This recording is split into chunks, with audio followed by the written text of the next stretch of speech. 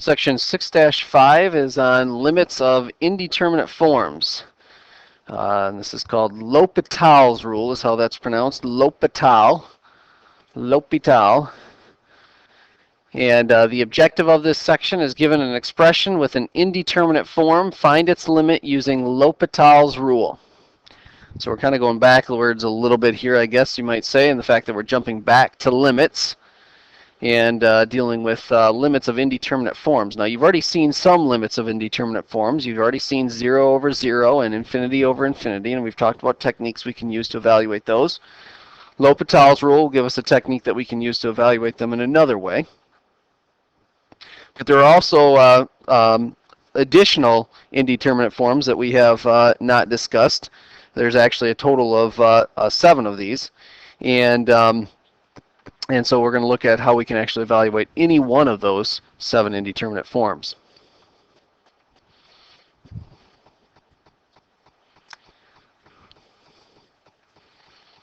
All right, so let's talk about the indeterminate forms.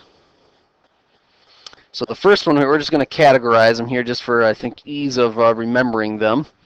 So the first 2 here are indeterminate forms that are in the quotient form, and you've seen these 2 already. 0 divided by 0 and infinity divided by infinity. We're talking about working with limits, and when you evaluate the limit, you end up with 0 over 0 or infinity over infinity. We call it indeterminate because of the fact that in the form that it's in, we cannot determine its value. Sometimes these values go to 0, sometimes it's infinity, sometimes it's some number in between. Depends on the problem and the value of x that you're approaching as to what the limit is going to be equal to. The second one here is the product form of an indeterminate form. That if we have infinity times 0, if we start out with a product and it turns out that we have infinity times 0, this is an indeterminate form. Now the reason why this is indeterminate because you have the first quantity, which is infinity, and of course multiplying anything times infinity should just give us a huge number. However, the second number is 0. Second function is going to 0. So 0 times anything should, of course, be going to 0. So the first function saying I'm going to infinity, the second function saying I'm going to 0. What is the limit there? It's something, it could be 0, it could be infinity, or it could be something in between. This is why it's indeterminate. You cannot determine its value from that form. You have to do a little bit more work with it. The third one here is what is called the difference form of a indeterminate form. And that's infinity minus infinity. A really, really big number minus a really, really big number does not necessarily give you 0. Could be 0, could be negative infinity, could be positive infinity, or anything in between. And the reason for that is because it depends on what rate that first function is going to infinity compared to the second function.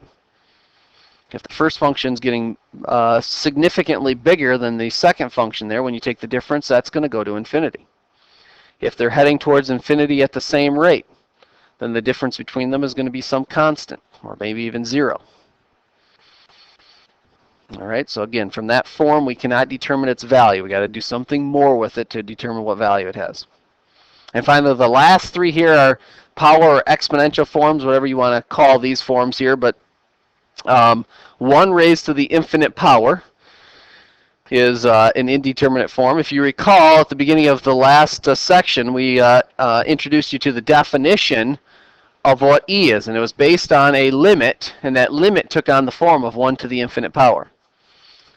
So in that case, for that function, it turns out that that indeterminate form turned out to be e.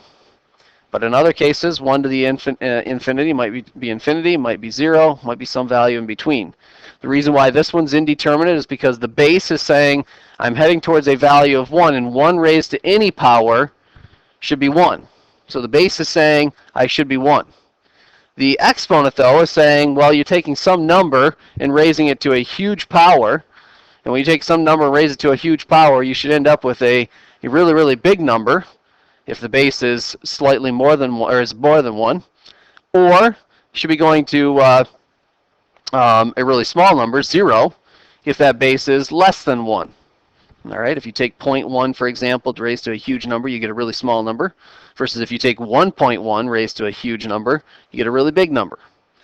So the exponent saying I'm either going to be heading towards 0 or infinity.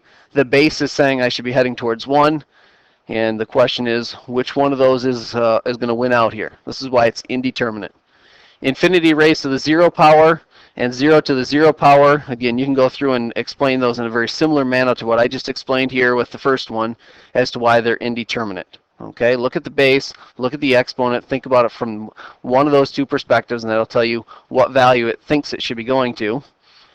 And that's why we say it's indeterminate, because they're different values. All right, so those are our 7 indeterminate forms. Basically, anytime you work with limits and you end up with one of these 7, that's not your answer. You're only halfway, well, maybe not even halfway done with the problem. You got more work to do. You got to figure out what this is actually equal to. All right, so let's take a look at the L'Hopital's rule. L'Hopital's rule, remember, is going to help us find the limit of these indeterminate forms.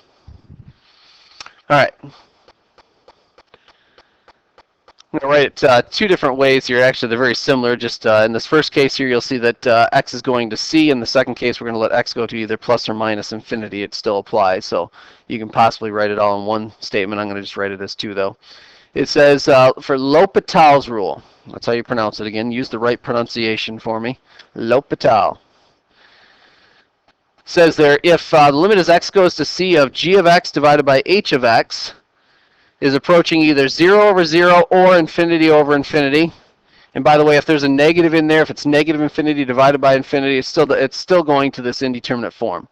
You can throw a plus or minus in there, and the result is still the same. In fact, you could factor out that minus sign out front, so you have the opposite of that indeterminate form of infinity over infinity.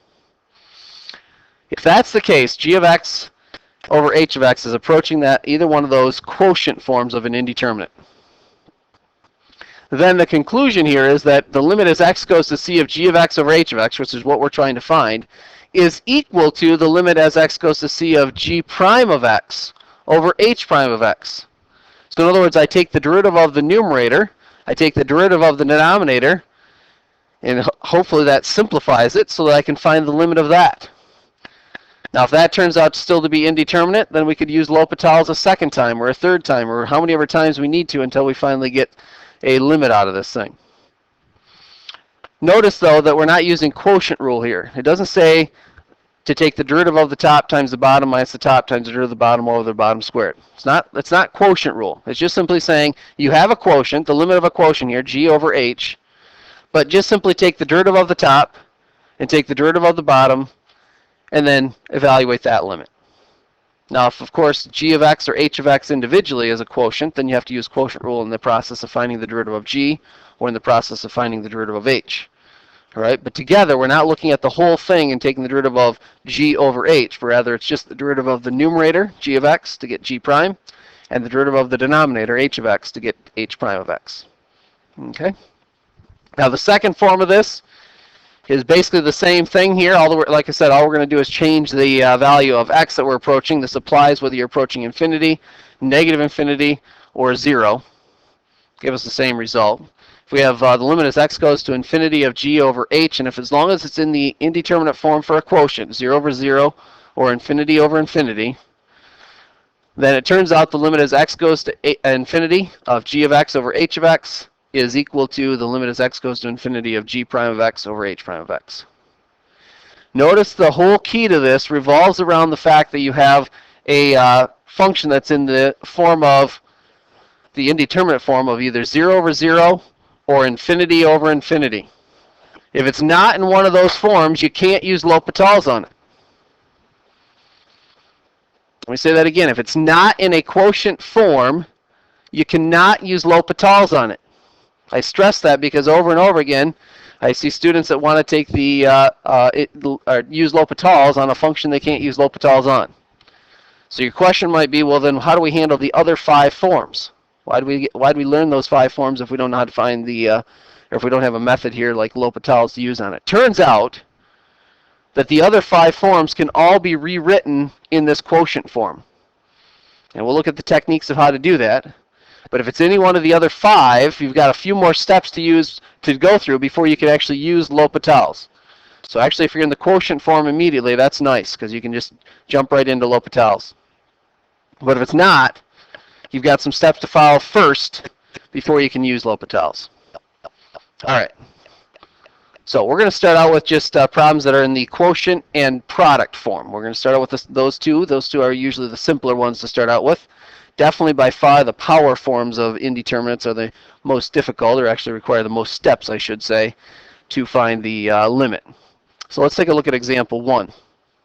Example 1 says to find the limit of this function here. So the limit is x goes to 1 of x squared plus 2x minus 3 divided by the natural log of x. All right, now the fact that we're dealing with L'Hopital's here might automatically make you think that this is going to be indeterminate, and I guess since it's an example, that's probably a pretty good assumption. However, you need to always check to make sure that you're in the indeterminate form first, and that it's in the quotient form before you try to use L'Hopital's. There will be some of these problems where they're not indeterminate. You can't use L'Hopital's, and you don't need to use L'Hopital's. Just simply evaluate it. Substitute in your value of x, and you're done. So let's check to see what form we are in. If we let x go to 1, in the numerator you get 1 squared is 1, plus 2 times 1, that's 2. 1 plus 2 is 3. Minus 3, the numerator is heading towards 0. In the denominator, natural log of 1, that's the intercept of our natural log function, which is 0. So we end up with 0 over 0. So this is all set up here for L'Hopital's rule. All right? So L'Hopital says to do the following. He says take the derivative of just the numerator, x squared plus 2x minus 3. Don't use quotient rule here. Just simply take the derivative of the numerator. So it's going to be 2x plus 2 is the derivative of the numerator. And then divide that by the derivative of the denominator. Now the denominator is natural log of x. Its derivative, of course, is 1 over x. Now sometimes, and in fact I'm going to rewrite this, sometimes you get a form like this that you can simplify before you check to see what value it is.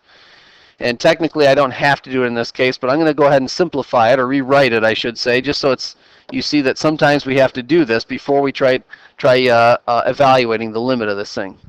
And that is I have 2x plus 2, and I'm dividing by 1 over x. Well, dividing by 1 over x is the same as multiplying by x. So this becomes the limit as x goes to 1. I'm going to go ahead and multiply that through here. 2x squared plus 2x. I was able to rewrite or simplify that result that I got from L'Hopital's into this form. And now if you let x go to 1, when x goes to 1, I get 2 times 1 squared is 2, plus 2 times 1 is 2. This is heading to a value of 4. So using L'Hopital's rule, we were able to evaluate this limit. By the way, notice that the problem you started with, it's in that indeterminate form, but it's a polynomial, a quadratic function, divided by our logarithmic function, ln of x. There is no algebraic technique that we have to simplify that limit. The method you have to use here is L'Hopital's rule. And so he takes you through the steps of how you actually evaluate that limit. Okay, let's take a look at one more example here. This is going to be an example for the product of an indeterminate, or the indeterminate form of a product here. So let's take a look at example 2. It's the limit as x goes to infinity of x squared times e to the negative x. Now again, I've already said, I guess, that it's the product form, but you can see that we have a product of two functions here, x squared times e to the x, but let's let x go to infinity and see what we end up with. If we let x go to infinity, x squared, taking a big number and squaring it, you get an even bigger number. We call that still infinity. And then e to the negative infinity, if you take e and raise it to the negative infinity power, e raised to the negative infinity, I guess another way of thinking about this, e to the negative x. E to the negative x, remember, is the same as 1 over e to the x, if you want to think of it in that form, if you're not sure what e to the negative infinity is. So here I'd have 1 divided by e to a big number. E to a big number is an even bigger number. And 1 divided by a big number, 1 over infinity, that's heading towards 0. So if I end up with infinity times 0 or 0 times infinity, of course it doesn't matter which order they're in, that's an indeterminate form. That's not the answer. The answer is not necessarily 0 here. Could turn out to be 0. Could turn out to be infinity, or could turn out to be some value in between. It's not until I take a few more steps in looking at this as to whether or not or what value it's actually going to take on. Now, it's not in the quotient form, so before I can use L'Hopital's, I have to rewrite it. And this one, with the fact that you have e to the negative x, in fact, my hint there of how to rewrite e to the negative x is probably a hint as to how I can rewrite this as a quotient. But anytime you have a product, you can always rewrite it as a quotient because multiplication by some value is the same as division by its reciprocal. So in other words, I can rewrite this as x squared over e to the x. Now, when you do that, that is because of the fact that it's e to the negative x, I can rewrite that as e to the x and the positive x in the denominator. Whenever you do that, double check to make sure you're still indeterminate. You better still be indeterminate. If you start out as indeterminate in that product form, rewriting it is still indeterminate. So here you have infinity squared in the numerator, that's infinity.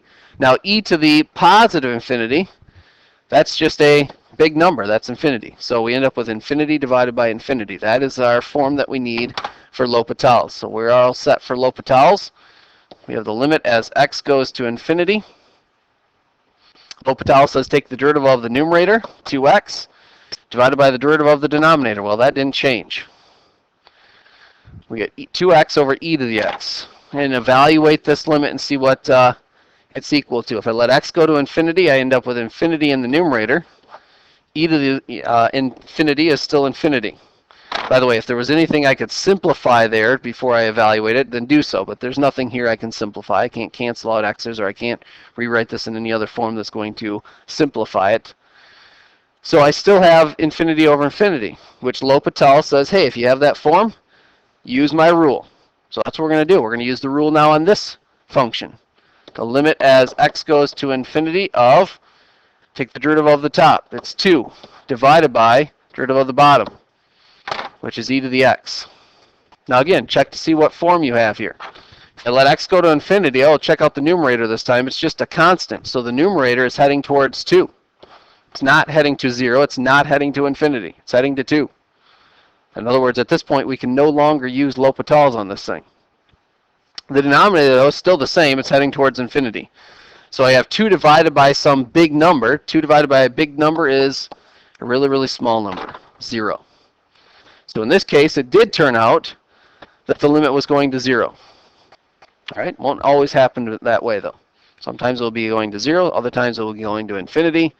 And yet other times it will be some value in between. In fact, if I were to take the two functions here that I started with, and if it was x to the negative 2 and e to the positive x, then this problem all of a sudden goes to infinity, because e to the x would have been in the numerator. And again, what's happening there, you can see that the relationship between these two functions that you start out with here, x squared and e to the x is a function that goes to infinity much, much faster than x squared. X squared gets there, but it gets there way behind e to the x. Okay? I should say it keeps getting bigger and bigger. They both do. But e to the x is going to infinity much faster. And for that reason, the denominator is much, much bigger than the numerator. That's what we see in this last step. The denominator is infinity, but the numerator is just a constant. All right, and that's as far as we're going to go here in the first part of this section. You'll have some problems that deal with that quotient and that product form for indeterminate forms using L'Hopital's rule.